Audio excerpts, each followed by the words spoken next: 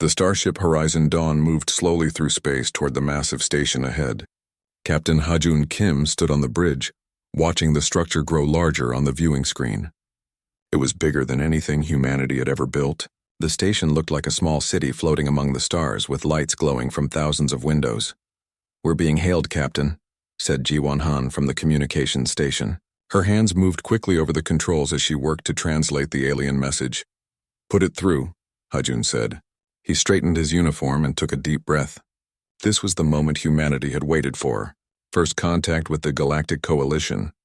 A face appeared on the screen. It belonged to a creature that looked nothing like a human. The being had 4 eyes arranged in a square pattern on its face. Its skin was covered in small blue scales that shimmered under the station's lights.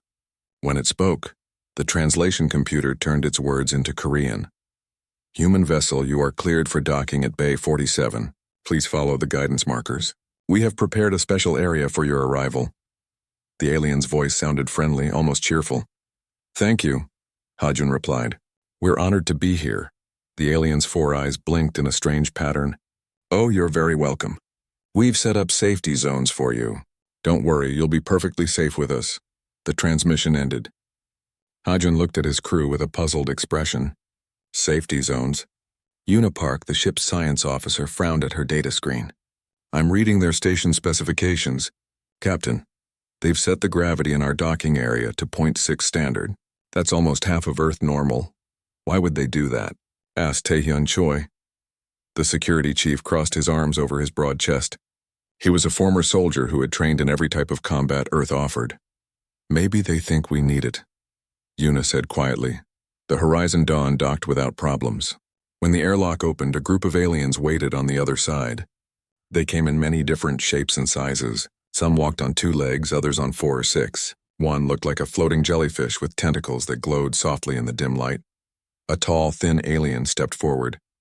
It had long arms and legs that seemed too delicate to support its body. Its skin was pale green, and it had large, dark eyes that took up most of its face. "Welcome, humans. I am Ambassador Velnor of the Centaurian Republic. We are so pleased to finally meet you in person."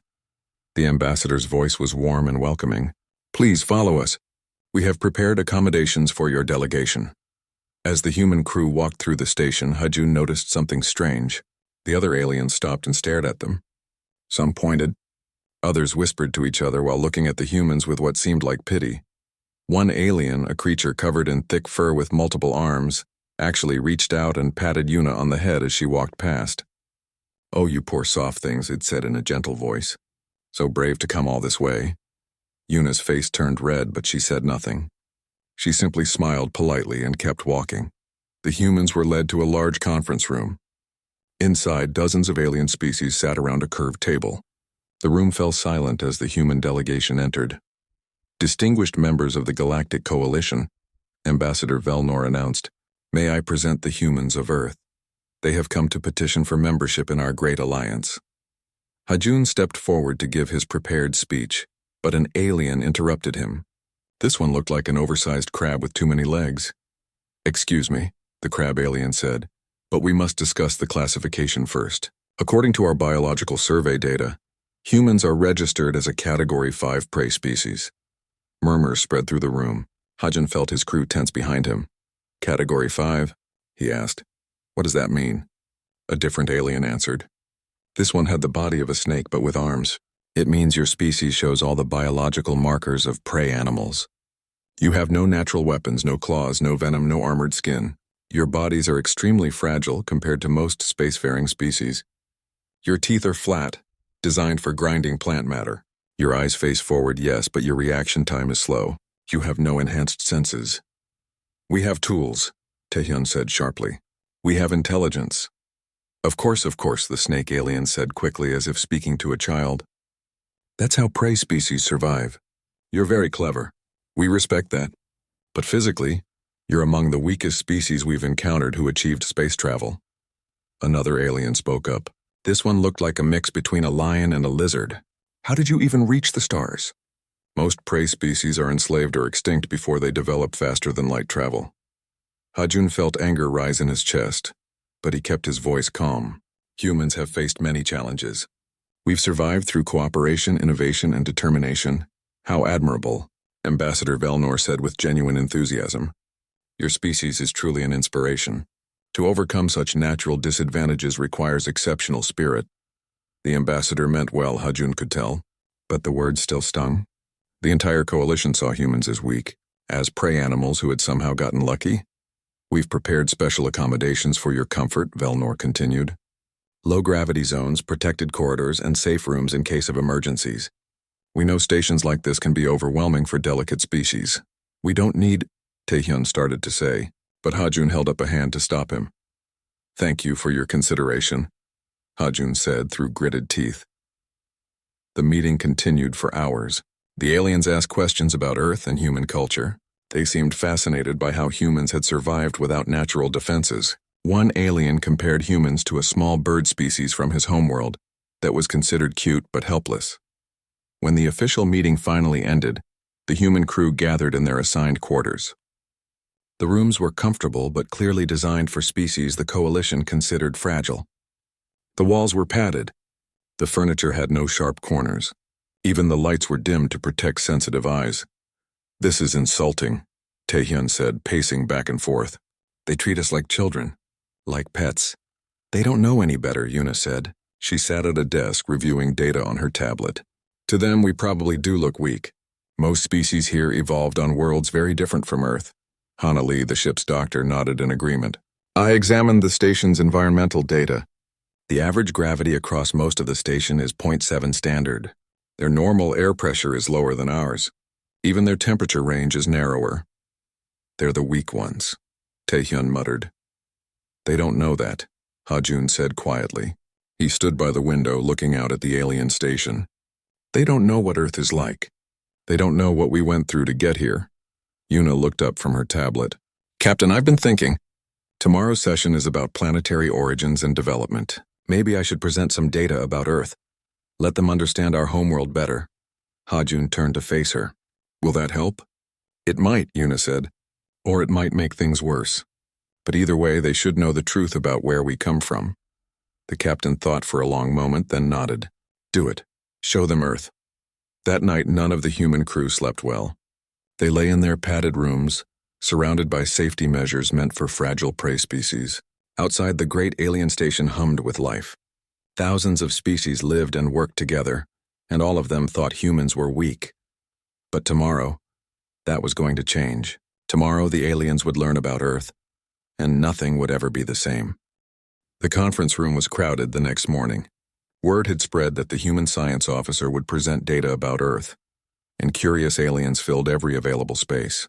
Some species Hajun had never seen before pushed their way inside, eager to learn about the prey species' homeworld. Yuna stood at the front of the room with a display screen behind her. She looked calm, but Hajun could see her hands trembling slightly as she organized her notes. Taehyun stood near the back wall, his arms crossed, watching everything with sharp eyes. Good morning, Yuna began. Today I'll share information about our planet Earth. I think you'll find it interesting. She pressed a button and an image of Earth appeared on the screen.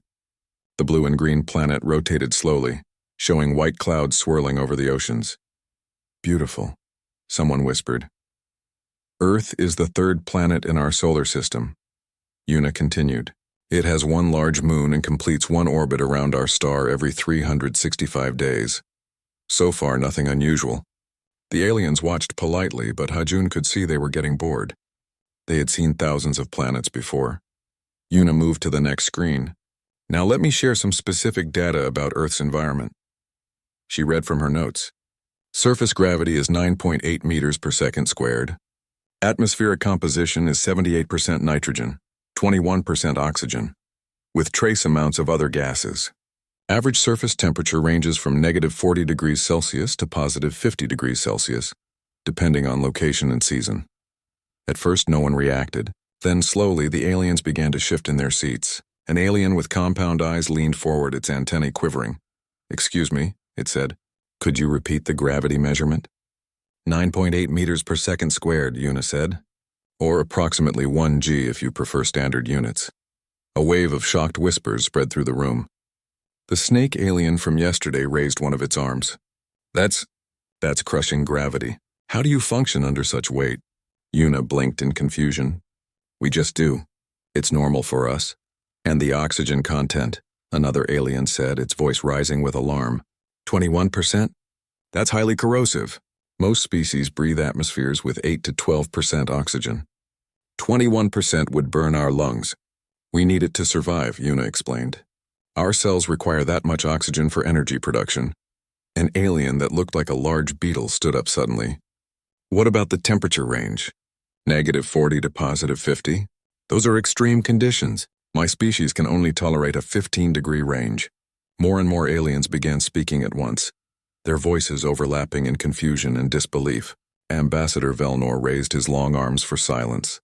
Please, everyone, let the human continue her presentation. Yuna looked uncertain but pressed on. Earth also experiences significant tectonic activity. Our planet's surface is made up of large plates that constantly move and shift. This causes earthquakes and volcanic eruptions on a regular basis. Your planet is still geologically active? Asked the crab alien in disbelief. Yes, Yuna said. Is that unusual? Most inhabited worlds are geologically dead, the crab alien explained. The risk of catastrophic eruptions or quakes is too high otherwise. Species typically don't develop civilization on active worlds. Yuna glanced back at Hajun, who nodded for her to continue. Earth also has extreme weather patterns, she said. We have hurricanes, massive storms with winds exceeding 300 kilometers per hour, tornadoes that can destroy entire towns in seconds, tsunamis, giant waves created by underwater earthquakes that can be 30 meters tall, blizzards, floods, droughts, lightning storms. The room had gone completely silent. Every alien stared at Yuna with wide eyes or whatever equivalent their species possessed. Our planet also has a very aggressive microbial environment, Yuna continued, not realizing the impact of her words.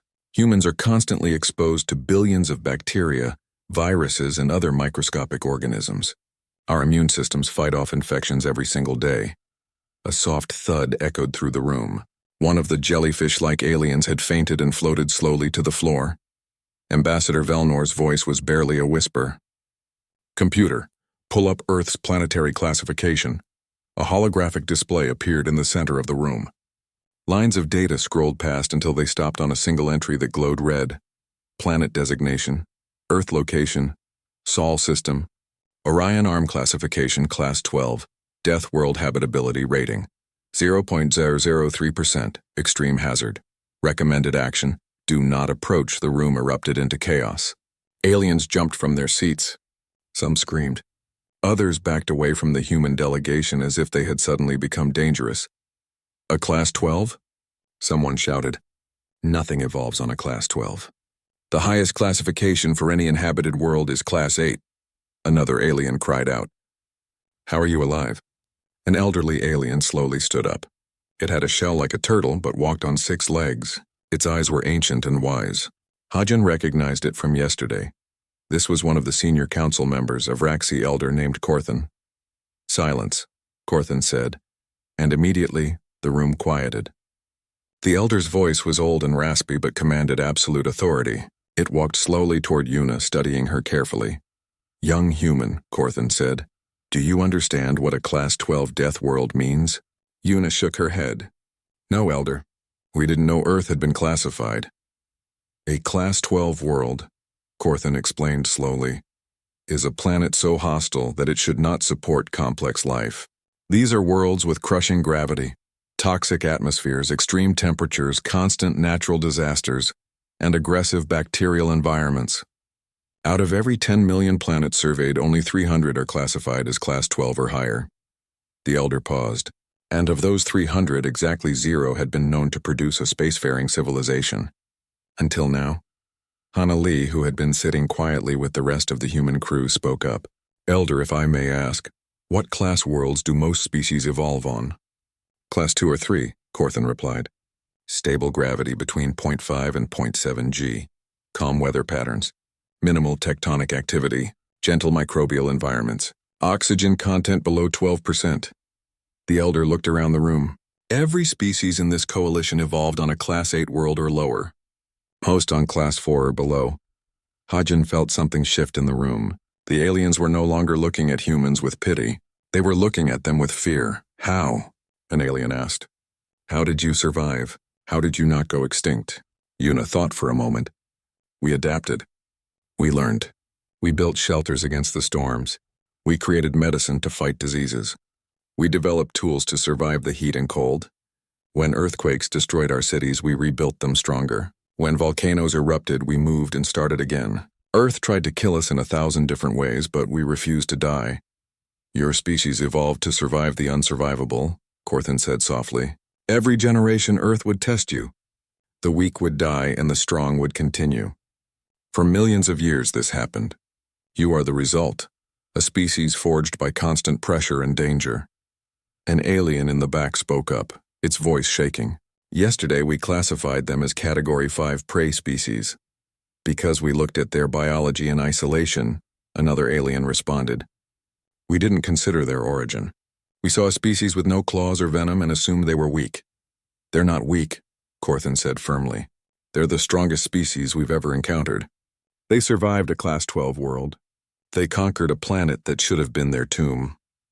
Ambassador Velnor seemed to have trouble speaking. The low-gravity zones we prepared. We don't need them, Taehyun said, speaking for the first time. He walked to the center of the room and aliens moved quickly out of his way. 1G is normal for us. Comfortable. Your station gravity feels light to us, like we might float away at any moment. Velnor looked at the data again. And the oxygen content in your quarters, we reduced it for your safety. Makes it harder for us to breathe, Hana added. We need more oxygen, not less. The temperature controls, Velnor continued. Too cold, Yuna said. We prefer it warmer. The ambassador sat down heavily in his chair, all four of his eyes blinking rapidly. We've been treating apex survivors like fragile prey animals. We gave you accommodations that were making you weaker, thinking we were protecting you. Hajun stepped forward. You didn't know. How could you? But now you do. Humans come from Earth, a world that tried to kill us every single day. We're still here because we're too stubborn to quit. That's what it means to be human. Corthan looked at Hajun with something that might have been respect. The coalition has existed for 10,000 years. We have contacted over 15,000 species. And in all that time, we have never encountered anyone like you. Are we still classified as prey? Taehyun asked, a slight edge to his voice. The elder thought for a long moment. No. As of this moment, humanity's classification is being reviewed. We need to reconsider everything we thought we knew about what makes a species strong. The meeting ended in confusion and amazement. As the aliens filed out, they gave the humans much more space than before. The pity was gone from their eyes, replaced by a mixture of respect and fear. That night, the human crew gathered in their quarters once more. But this time they adjusted the gravity to 1G, increased the oxygen to Earth normal. News of Earth's classification spread through the station like wildfire. Within hours, every species in the Galactic Coalition knew that humans came from a Class 12 death world. The reaction was mixed. Some aliens avoided the human delegation entirely, afraid of what these survivors might be capable of. Others watched from a distance with curious eyes, trying to understand how such soft-looking creatures had conquered such a deadly planet. But not everyone was convinced. Taehyun was walking through one of the station's main corridors when a massive shadow fell over him. He stopped and looked up, way up, at the creature blocking his path. It was huge, easily 7 feet tall, with a body covered in thick, dark scales. Its arms were muscular and ended in hands with 4 fingers, each tipped with a curved claw. The creature's head was reptilian, with a mouth full of sharp teeth. Its eyes were golden and vertical slitted, like a predator's eyes. This was a Korthak, one of the Coalition's warrior species. You're the human security officer, the Korthak said. Its voice was deep and rough like stones grinding together. I am, Taehyun replied calmly. He didn't back down or show fear, even though the creature could probably tear him apart with its bare hands. My name is Dravok, the Korthak continued. I am a combat instructor here on the station. I've been hearing interesting things about your species, about how you come from a death world. It's true. Dravok leaned down, bringing his face closer to Taehyun's. I don't believe it. You're small, weak, slow. You have no natural weapons. I think your people got lucky. I think you survived because you hid from the real predators on your world. Taehyun felt anger flash through him, but he kept his voice level. Is there a point to this conversation? A challenge, Dravok said. A friendly combat demonstration. You and me in the training arena. I want to see what a Death World survivor can really do. When? Taehyun asked. Tomorrow morning. I'll have the station announce it. Let's see if humans are as tough as people are starting to believe. That evening, Taehyun told Hajun about the challenge. The captain frowned deeply. You don't have to do this, Hajun said. This Dravok is trying to embarrass us. I know, Taehyun replied. But if I refuse, everyone will think we're afraid. They'll think the Death World classification was a mistake. We need to show them what humans can do. Yuna looked worried. Taehyun, the Korthak are one of the strongest warrior species in the coalition. They've been training for combat since they were children. Their bodies are built for fighting. So are ours, Taehyun said quietly. They just don't know it yet. The next morning, half the station showed up to watch. The training arena was a large circular room with padded floors and walls. Viewing windows surrounded the space, and hundreds of aliens pressed against the glass to see. Taehyun entered the arena wearing simple training clothes, loose pants and a shirt. He stretched his muscles slowly, preparing his body for what was coming. Dravok entered from the opposite side, and the crowd cheered. The Korthak was dressed in light armor that showed off his massive muscles. He raised his arms to the crowd, and they roared louder. An automated voice announced the rules. This is a non-lethal combat demonstration. No weapons, no intentional killing strikes. The match ends when one fighter surrenders or is unable to continue. Medical teams are standing by. Hajun watched from the viewing area, his jaw tight. Next to him, Hana had her medical scanner ready, monitoring Taehyun's vital signs remotely. Begin, the automated voice said. Dravok moved first, charging across the arena with frightening speed. His claws reached for Taehyun, aiming to grab and pin him quickly. But Taehyun wasn't there. He had stepped to the side at the last moment, letting Dravok's momentum carry him past. The Korthak spun around, surprised. Fast reflexes, Dravok admitted. But let's see how long you can dodge. The Korthak attacked again, this time more carefully. His claws slashed through the air in controlled strikes. Taehyun blocked and dodged, but one claw caught his arm, tearing through the fabric and cutting the skin beneath. Blood appeared on Taehyun's arm. The crowd gasped. Surely the human would stop now, injured so early in the fight. But Taehyun just looked at the wound and kept fighting. He moved in close, too close for the Korthak's long arms to be effective, and struck quickly at Dravok's ribs with his elbow. The blow connected with a solid thump. Dravok grunted in surprise and pain. He grabbed Taehyun and threw him across the arena. The human hit the padded wall hard and slid to the ground. Stay down, Dravok called out. You've proven you're brave. That's enough. Taehyun slowly stood up. His shoulder was clearly hurt from the throw, but he raised his arms again, ready to continue. The fight went on. Dravok was stronger and had natural weapons. His claws cut Taehyun several more times. His powerful strikes bruised ribs and left marks that would last for weeks. Once he pinned Taehyun to the ground, and it seemed like the match was over. But Taehyun kept fighting. He twisted free. He struck back. He didn't stop. The aliens watching began to notice something strange. Dravok was breathing hard. The Korthak's movements were getting slower. His attacks were less precise. Meanwhile, Taehyun, bleeding, bruised, clearly in pain, just kept coming. Why won't you stop? Dravok gasped between breaths. You're hurt! So are you, Taehyun replied. It was true. Taehyun's strikes hadn't seemed like much individually, but over time they had added up. Dravok was covered in bruises where the human had hit him repeatedly in the same spots. The Korthak's knees were weak from low kicks. His ribs ached. More importantly, Dravok was exhausted. Korthak were built for short, explosive fights. They had incredible strength but couldn't maintain it for long. Taehyun, on the other hand, had the endurance of a persistence hunter. Earth had trained humans to chase prey for hours, to outlast anything that ran. This is impossible, Dravok said, his voice weak. You should be unconscious. You've taken enough damage to stop 3 Korthak warriors. Different biology, Taehyun said. He was bleeding from a dozen cuts and his left eye was swelling shut, but his breathing was still steady. On Earth, if you gave up because you were hurt, you died. So we learned to keep going. Dravok swung one more time, but his arm was slow. Taehyun caught it, twisted, and used the Korthak's own weight to throw him to the ground. The huge warrior landed hard and didn't get up.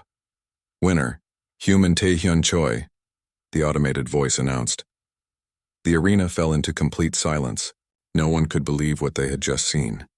A human, a species they had called prey just days ago, had defeated one of the Coalition's finest warriors. Then someone started clapping. More joined in. Soon the entire arena was filled with the sounds of alien applause and cheers. Taehyun walked over to Dravok and extended his hand. The Korthak looked at it for a moment, then took it. Taehyun helped pull the massive warrior to his feet. "You are stronger than you look," Dravok said, his voice filled with respect. "So are all humans," Taehyun replied. "That's what survival on Earth taught us. We don't look dangerous, but we don't quit. Ever." Medical teams rushed in to treat both fighters. Hana pushed her way through the crowd to reach Taehyun. She scanned him quickly, her face concerned. "You have 3 cracked ribs, multiple lacerations, a possible concussion, and severe bruising throughout your body," she said. "You should be in terrible pain." "I am," Taehyun admitted. "But it's manageable." Hana shook her head in amazement. "Any other species would need weeks to recover from this." "How long do you need?" "Give me a few days," Taehyun said. "I'll be fine." That statement sent another wave of shock through the aliens watching. A few days? Most species would need a month or more to heal from such injuries.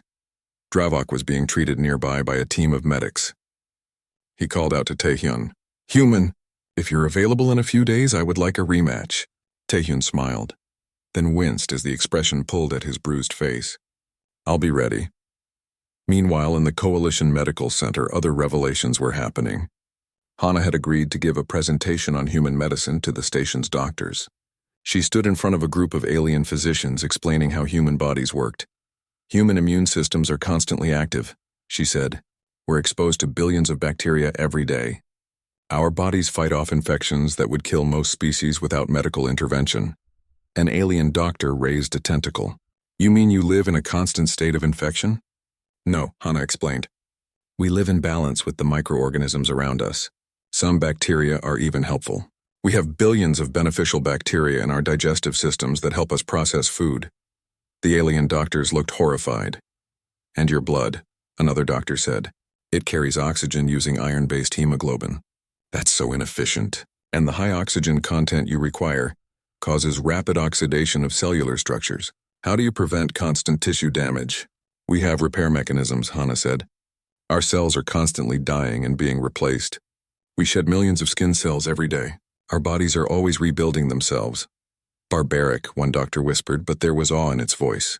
"Your bodies exist in a constant state of controlled damage and repair." Hana smiled. "That's one way to look at it. Another way is to say our bodies are extremely adaptable. We can survive in environments that would kill most species. We can recover from injuries that would be fatal to others. And we can keep fighting long after we should have given up." 3 days after the combat demonstration, life on the station had changed for the humans. Aliens no longer patted them on the head or spoke to them like children. Instead, they gave respectful nods and kept a careful distance. The word had spread throughout the Coalition. Humans were not prey. Taehyun's fight had become legendary. Videos of the match circulated through the station's networks. Alien analysts broke down every moment trying to understand how a creature with no natural weapons had defeated a Korthak warrior. The conclusion they reached was disturbing. Humans were persistence hunters, evolved to outlast and exhaust their prey. They just didn't look like predators. Hajun was in a meeting with Coalition trade representatives when the emergency alarm started blaring. Red lights flashed throughout the station and an automated voice spoke in every language simultaneously. "Alert. Hostile vessels detected approaching the station. All civilians proceed to safe zones. Security forces report to battle stations." This is not a drill. The aliens in the meeting room immediately panicked. They scrambled for the exits, pushing and shoving to escape. The trade representative Hajun had been speaking with, a floating creature that looked like a cluster of bubbles, fled without a word. Hajun tapped his communication device. "All Horizon Dawn crew, report to the ship immediately." Within minutes, the human crew had assembled in the docking bay. Yuna brought up tactical displays on her portable console while Jinwoo Kang, their pilot, was already running pre-flight checks on the Horizon Dawn. "What's the situation?" Hajun asked. Yuna's face was grim. 3 ships. They're Thexian raiders, pirates. They've attacked a Coalition freighter about 20 kilometers from the station. The freighter is carrying medical supplies and civilian passengers. "Where's the station's security force?" Taehyun asked. Evacuating the freighter's crew, Yuna replied. But they're not engaging the pirates. The Thexians have them surrounded, Hajun frowned. Why aren't they fighting back? An alien voice came from behind them. Ambassador Velnor rushed up, his long limbs moving frantically. Captain Kim, you must take your crew to the safe zones. The Thexians are extremely dangerous. What about the people on that freighter? Hajun asked. Velnor's 4 eyes blinked rapidly. We're negotiating. The Thexians usually accept payment and leave without killing anyone. It's the safest option. You're going to pay them? Taehyun said in disbelief. What choice do we have? Velnor replied. Thexians are apex predators from a Class 7 world. They're fast, strong, and ruthless. Our security forces can't match them in direct combat. We tried once. We lost 17 officers. Now we pay. Hajun looked at his crew. They were all watching him, waiting for orders. He knew what they were thinking because he was thinking the same thing. The coalition was going to surrender without a fight because they were afraid. Ambassador, Hajun said carefully, what if we offered to help? All 4 of Velnor's eyes widened in shock. No, absolutely not. You'll be slaughtered. Maybe, Hajun admitted. Or maybe we can do something your security forces can't. You're prey species, Velnor said desperately. The Thexians will tear you apart. Taehyun smiled, and it wasn't a friendly expression. 2 days ago, everyone said a Korthak would tear me apart. How did that work out? Before Velnor could respond, Hajun made his decision. Crew, board the ship. We're going after those pirates. This is madness, Velnor said, but he didn't try to stop them. The Horizon Dawn launched from the docking bay and accelerated toward the freighter. Inside the ship, the crew moved with practiced efficiency. Jinwoo sat at the pilot controls, his hands dancing over the interface with inhuman precision. Most alien pilots needed computer assistance for complex maneuvers. Humans could just do it naturally, their brains processing spatial relationships in ways that seemed almost magical to other species. I'm picking up communication from the Thexian ships, Jiwon said from the communication station. They're demanding the station pay a ransom for the freighter and crew. What do the Thexians look like? Hana asked. She was preparing medical supplies in case they were needed. Yuna pulled up an image on the main screen. The Thexian was a nightmare creature, 8 feet tall with 6 arms, each ending in razor-sharp claws. Its body was covered in thick, segmented armor that looked like it could stop bullets. Its face had multiple eyes arranged around a mouth filled with serrated teeth. Everything about the species screamed predator. They hunt in packs, Yuna read from the database. Extremely aggressive. High pain tolerance. Natural armor makes them difficult to injure. Considered one of the most dangerous species in this sector of space. Great, Minho Song, their weapons officer, said sarcastically. We're going to fight armored monsters with 6 arms each. We've fought worse, Taehyun said calmly. We fought Earth. The Horizon Dawn approached the freighter. The 3 Thexian ships were sleek and dark, shaped like predatory fish. They circled the helpless freighter like sharks around wounded prey. They're hailing us, Jiwon said. Put them through, Hajun ordered. A Thexian face appeared on the screen, its multiple eyes focused on Hajun with disturbing intensity. What is this small ship? You are interrupting our business. I'm Captain Hajun Kim of the human vessel Horizon Dawn. Release the freighter and leave this area. The Thexian's mouth opened in what might have been a laugh. Humans, the new prey species everyone talks about? You're ordering us to leave? More laughter. We've heard the rumors. Deathworld survivors. But you're so small and soft. Do you really think you can stop us? Yes, Hajun said simply. Then try, the Thexian replied. We haven't had fresh prey in weeks. Your ship will make a nice appetizer before we collect our ransom. The transmission cut off. The 3 Thexian ships turned toward the Horizon Dawn. All crew to combat stations, Hajun ordered. Taehyun, take your team and prepare for boarding. Boarding? Yuna said in surprise. Captain, we should fight from a distance. They'll slaughter us in close combat. No, Hajun said, a hard edge in his voice. They're expecting us to run or fight from range like the coalition forces would.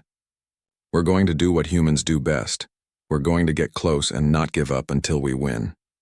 The Thexian ships opened fire with energy weapons. Jinwoo piloted the Horizon Dawn through the barrage with incredible skill, dodging blasts that should have been impossible to avoid. The aliens watching from the station couldn't believe what they were seeing. No pilot should be able to fly like that without computer assistance. But Jinwoo was human. His brain could process speed, distance, and trajectory in real time. It was the same ability that let human ancestors throw rocks with deadly accuracy, the same ability that let them judge exactly where a running animal would be seconds in the future. To Jinwoo, the energy blasts moved slowly enough to avoid. The Horizon Dawn fired back, its weapons targeting the engines of one Thexian ship. The pirate vessel's shields absorbed most of the damage, but Minho kept firing at the exact same spot. Over and over, the same targeting strategy Taehyun had used in his fight. Repeated impacts in one location wearing down the defense through persistence. The shield failed.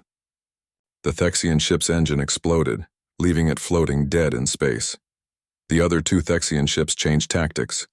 They tried to grab the Horizon Dawn with tractor beams to pull it in close where their superior weapons would have the advantage. "Let them," Hajun said. "Captain?" Jinwoo asked. "Let them pull us in. That's where we want to be anyway." The Horizon Dawn was pulled toward one of the Thexian ships. The alien pirates were excited. Stupid prey had made a fatal mistake. They would board the human ship, kill the crew, and take everything valuable. But when the airlocks connected, it wasn't the Thexians who boarded first. It was the humans. Taehyun led the boarding team through the airlock into the Thexian ship. The corridors were hot, too hot for most coalition species. The air was thick with chemicals that would be toxic to many life forms. But humans had evolved to survive in extreme environments. A little heat and bad air wasn't going to stop them. The first group of Thexians charged down the corridor, all 6 arms brandishing weapons and claws. There were 5 of them against 4 humans: Taehyun, Minho, Seungyeon Park, and Eunji Choi. The odds seemed impossible. But the humans didn't fight like the Thexians expected. They moved together, coordinating their attacks with complex verbal communication even while fighting. They used the corridor's narrow space to their advantage, preventing the Thexians from surrounding them. And when they got hit, when claws tore through armor and drew blood, they just kept fighting. One Thexian grabbed Seungyeon with 2 of its arms, trying to tear him apart. Seungyeon didn't panic. He calmly drew a knife and stabbed it into the soft joint where the Thexian's armor connected to its body. The alien roared in pain and released him. Before it could recover, Eunji hit it in the same wounded spot with a shock baton. The Thexian went down. The pirates had never fought anything like this before. Most species, when injured, would retreat or surrender. Humans just got angrier. They absorbed damage that should have killed them and kept attacking. And they were smart. They analyzed weaknesses on the fly, communicated them to each other, and adapted their tactics in real time.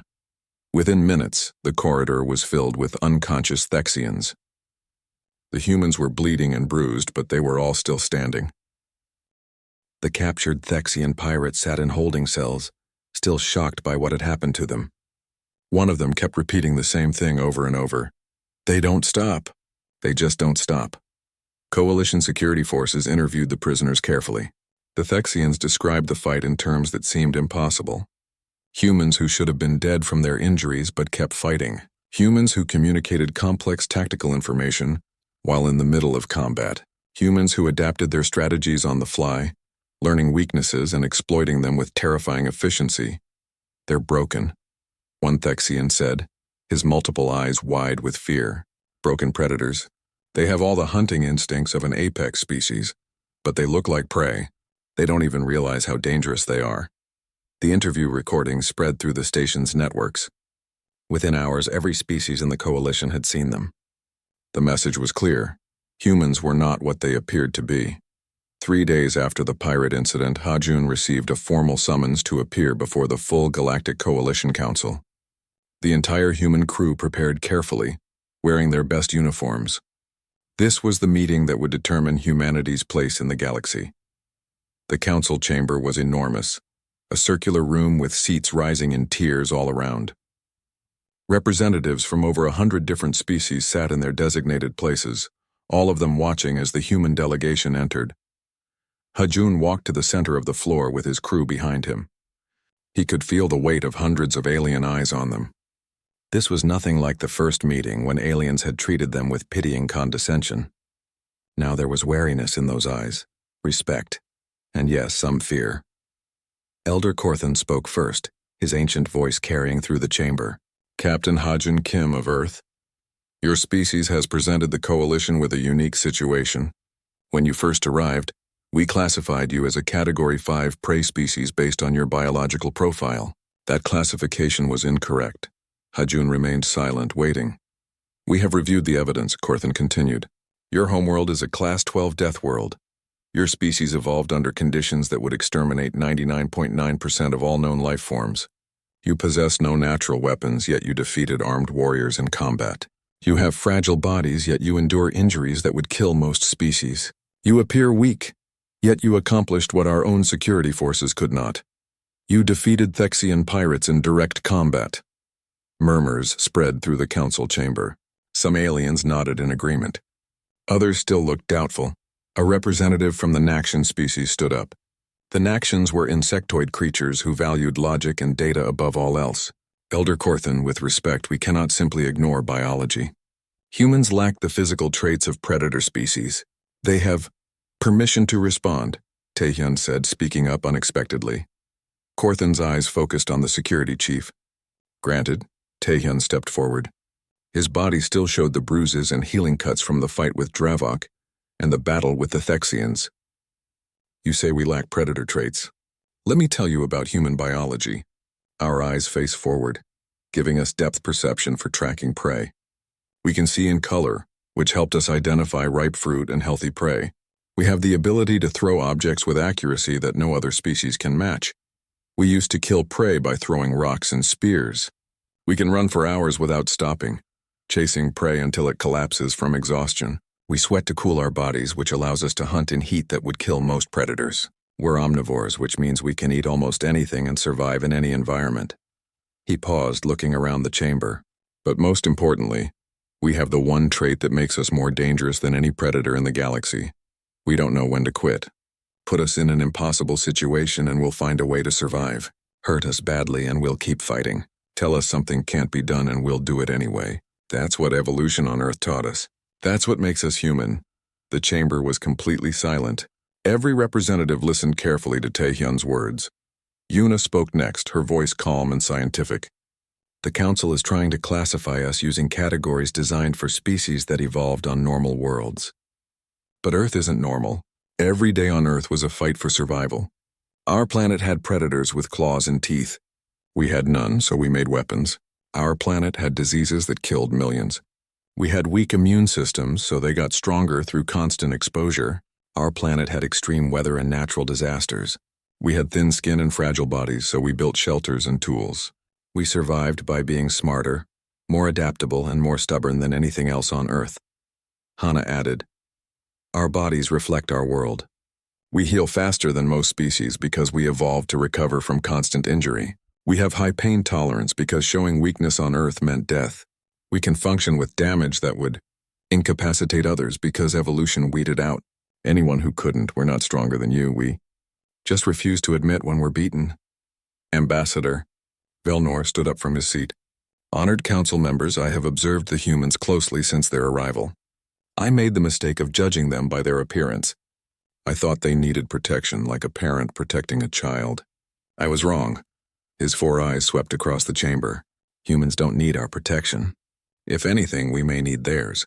When the Thexian pirates attacked, our own forces prepared to negotiate and pay ransom as we always do. The humans asked one simple question. What about the people who need help? Then they risked their lives to save strangers from a species they had never encountered before. They did what we were too afraid to do. Dravok the Korthak stood up next. I challenged the human security officer to combat because I didn't believe the stories about Death World survivors. I am a Korthak warrior, trained from birth in combat. I have fought hundreds of battles, and I lost to a human who had no claws, no natural armor, no venom. He beat me through pure endurance and will to win. I have never been more honored to lose a fight. If humans can be our allies, then the coalition will be stronger for it. More representatives stood to speak. Some shared concerns, but most expressed respect for what humanity had accomplished. The debate went on for hours. Finally, Elder Korthan called for silence. The Council will now vote on humanity's petition for membership. But first, we must determine the proper classification for this species. The Elder looked directly at Hajun. Captain Kim, how would you classify your own species? Hajun thought carefully before answering. We're not predators or prey. We're survivors. Earth made us that way. Every generation our planet tested us. The weak died and the strong continued. For millions of years this happened. We're what's left. The descendants of every human who refused to give up, who kept fighting no matter how bad things got, who survived when they should have died. He paused. If you need to put us in a category, call us persistent survivors. We outlast everything. That's what we do. Corthan nodded slowly. The council will now vote. The voting process was quick. One by one, species representatives indicated their choice. When it was finished, Corthan announced the results. By a vote of 93 to 12, with 8 abstentions, humanity is granted full membership in the Galactic Coalition. The chamber erupted in applause. Not everyone was happy about the decision, but the majority had spoken. Furthermore, Corthan continued, humanity is being offered a seat on the Coalition Security Council, with responsibility for crisis response and defense operations. Hajun's eyes widened in surprise. A Security Council seat was one of the most important positions in the Coalition. It was usually reserved for species with thousands of years of experience. We need humans for this role, Corthan explained, because when everyone else is planning to negotiate or retreat, we need someone who will ask, what about the people who need help? And then do something about it. That's the human way. Later that evening, the human crew gathered in their quarters one final time before heading back to Earth with the news. They had accomplished what they came to do. Humanity was now part of the Galactic Coalition. But more than that, they had changed how the galaxy viewed their species. No longer were humans seen as weak prey animals. They were recognized for what they truly were, survivors from the harshest world imaginable, too stubborn to quit, too adaptable to fail. Jinwoo poured drinks for everyone. The liquid was a human alcohol, ethanol, which was technically poisonous to most coalition species. Humans drank it for fun. To Earth, Hajun said, raising his glass, the planet that tried to kill us every single day and failed. To Earth, the crew echoed. They drank together, laughing and sharing stories about the past few weeks. Outside their windows, the station continued its endless activity. Thousands of species lived and worked together, and now humanity was part of that great community. Taehyun looked out at the stars. You know what's funny? We spent so long trying to reach space to join the galactic community, we were worried they wouldn't accept us. We thought we might not be advanced enough or civilized enough. And? Yuna asked. And it turns out we scared them half to death just by being ourselves, Taehyun said with a laugh. They took one look at where we come from and realized we're the crazy species from the death world,